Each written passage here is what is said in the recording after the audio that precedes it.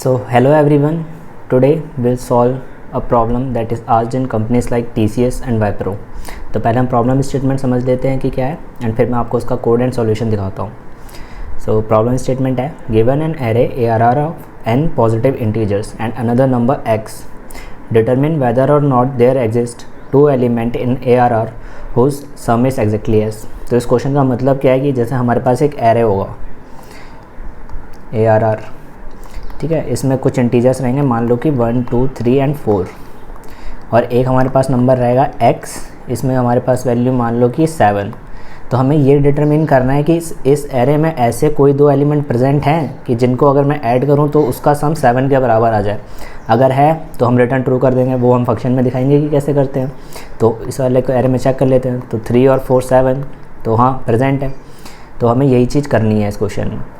तो अब चलते हैं इसके सॉल्यूशन की तरफ. एंड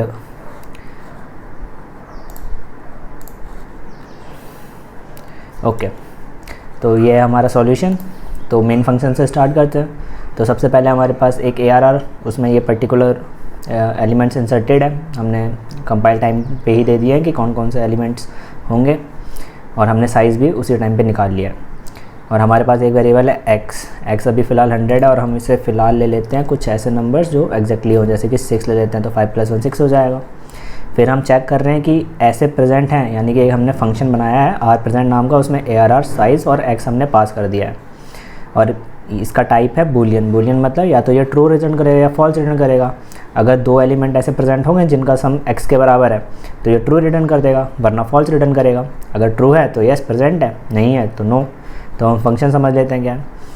तो हमने एरे एक पैरामीटर लिया है n साइज़ और x वेरिएबल. तो हमने इसमें किया है अनऑर्डर्ड सेट का यूज़. वाई? बिकॉज जो हमारा क्वेश्चन है उसमें एक बाउंडेशन थी कि ऑर्डर ऑफ n में यूज़ करना है. वो यहाँ पे शो नहीं हो रहा है, मे बी मैं ऐड करना भूल गया हूँ, बट उसमें बाउंडेशन थी कि इसे ऑर्डर ऑफ n में ही तुम्हें आंसर निकालना है, और स्पेस भी हम ऑर्डर ऑफ n यूज़ कर सकते हैं. तो उस चीज़ के लिए मैंने अनऑर्डर्ड सेट यूज़ किया है. तो अनऑर्डर्ड सेट बना लेंगे पहले. तो ये मैं आपको पैरेलली दिखा देता हूँ कि कैसे किया गया है. एरे में एलिमेंट्स हैं 1, 5, 45. तो ARR में है 1, 5, 45, 6, 8 एंड 10. तो हम फंक्शन में कर क्या रहे हैं, तो हमने एक फॉर लूप चलाया है i से लेकर n तक, यानी कि 0 से लेकर के जितना भी हो, 1, 2, 3, 4, 5, 6, अब जितना भी रहे. तो 0 to लेकर के 5 तक हमारा ये लूप चलेगा. i is less than n, i plus plus. तो यानी कि पहले ये चलेगा 0 के लिए, फिर 1 के लिए, फिर 2, फिर 3, फिर 4 एंड 5. तो हम चेक क्या कर रहे हैं, हम एक वेरिएबल ले रहे हैं temp नाम का, जो कि क्या है x minus ARR of i. x हमारा था 6 माइनस ARR ऑफ i मतलब ARR ऑफ 0, जिसका क्या मतलब हो, एरे का फर्स्ट एलिमेंट, यानी कि 6 - 1 विच इज़ इक्वल टू 5. तो अब हमें चेक करना है. तो हम क्या कर रहे हैं, अनऑर्डर्ड सेट में चेक कर रहे हैं. अनऑर्डर्ड सेट में हमने चेक किया s.find 5.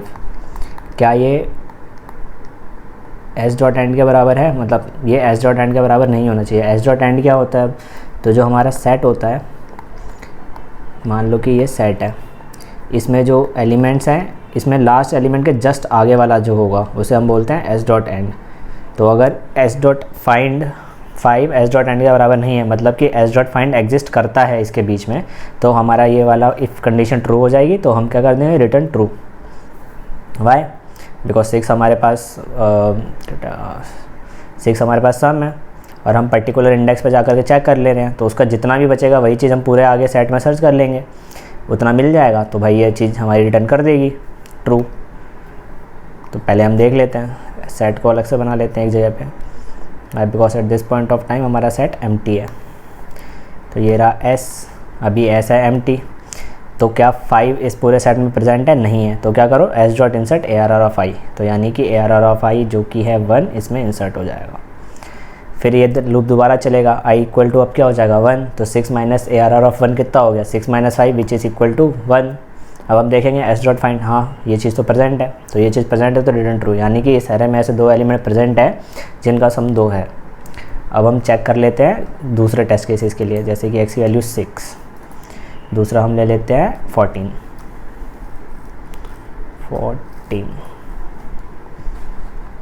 पहले हम चला के देख लेते हैं कि हमारा ये कोड ठीक से वर्क कर रहा है या नहीं कर रहा है।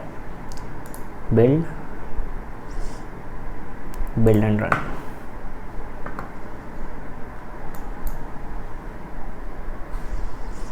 यस, यानी कि इस एरे में ऐसे 2 एलिमेंट प्रेजेंट है जिनका सम 14 के बराबर है। 8 + 6 14।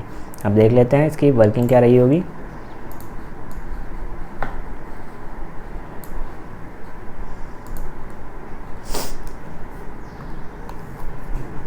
ARR 1 5 45 6 8 and 10। S स्टार्टिंग में एम्प्टी होगा, यहाँ पर अनऑर्डर्ड सेट एम्प्टी है भाई, बिकॉज अभी तक कोई वैल्यू फिल नहीं हुई है। तो हमने टेम्प कैलकुलेट करा। Temp is equal to 14 minus ARR of 0 which is 1 which is 13। Set में 13 प्रेजेंट है, नहीं है तो 1 इंसर्ट कर दो। ऐसे ही हम दोबारा से टेम्प निकालेंगे जब आई हमारा 1 हो जाएगा। 1 हो जाएगा तो 14 माइनस 5 9 प्रेजेंट है, नहीं है तो 5 को इंसर्ट कर दो। 45 भी सिमिलरली इंसर्ट हो जाएगा। वाई? बिकॉज 14 माइनस 45 इस नेगेटिव नंबर इस पूरे सेट में कहीं भी प्रेजेंट नहीं है, तो ऑब्वियसली 45 इंसर्ट होगा। फिर हम आएंगे 6 पे। अब हम 6 करेंगे तो 14 माइनस 6 यानी ये टेम्प के बराबर होगा obviously, which is equal to 8। अब देखेंगे हम 8 इस सेट में प्रेजेंट है या नहीं है। नहीं है, एरे में प्रेजेंट है, सेट में प्रेजेंट नहीं है, तो हमने 6 इंसर्ट कर दिया। अब जब ये कोड टेम्प इक्वल टू, अभी आई की वैल्यू कितनी हो जाएगी 0 1 2 3 4। अब जब आई 4 है तो 14 माइनस 8 विच इज़ 6। अब हम देखेंगे सेट में 6 प्रेजेंट है। येस, सेट में 6 प्रेजेंट है, तो हम रिटर्न कर देंगे ट्रू। तो ये हमारी वर्किंग थी कोड की। आई होप कि आपको समझ में आया होगा। अब हम चेक कर लेते हैं कि अगर सेट में प्रेजेंट नहीं है, फॉर एग्ज़ाम्पल कोई बड़ा सा नंबर ले लेते हैं, ऑब्वियसली वो प्रेजेंट नहीं होगा। 999, तो आंसर नो आना चाहिए। Build and run. ऑलरेडी एक चल रहा है इंस्टेंस। Build and run.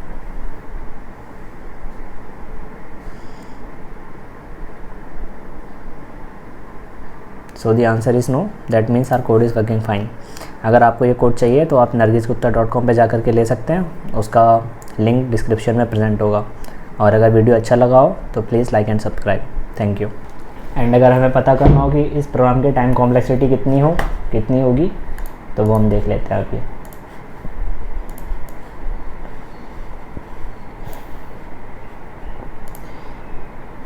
तो फॉर लूप अपना टाइम लेगा ऑर्डर ऑफ एन,